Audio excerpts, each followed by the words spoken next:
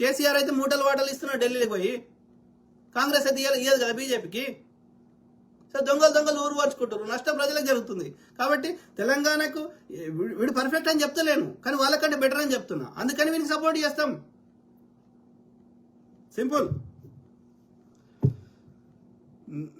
ఏం చేసిండో చెప్తలేవు, ఓకే. మంచిగా జరుగుతుంది. ఎవరన్నా ఒక కామన్ మ్యాన్ దగ్గర పోయి అడగండి, గతంలో మంచిగుందా ఇప్పుడు మంచిగుందా అడగండి.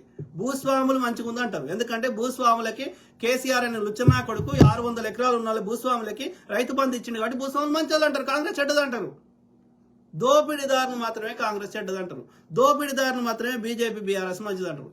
పేద సామాన్యులు, శూద్రులు, బీసీ, ఎస్సీ, ఎస్టీలు బీజేపీని బీఆర్ఎస్ని 1% కూడా సపోర్ట్ చేయరు, ఎందుకంటే అన్నిటికంటే ఎక్కువ కష్టాలు అనుభవించింది వీళ్ళు. సో కాబట్టి ఒక దోపిడీ వర్గం మాత్రమే బీజేపీ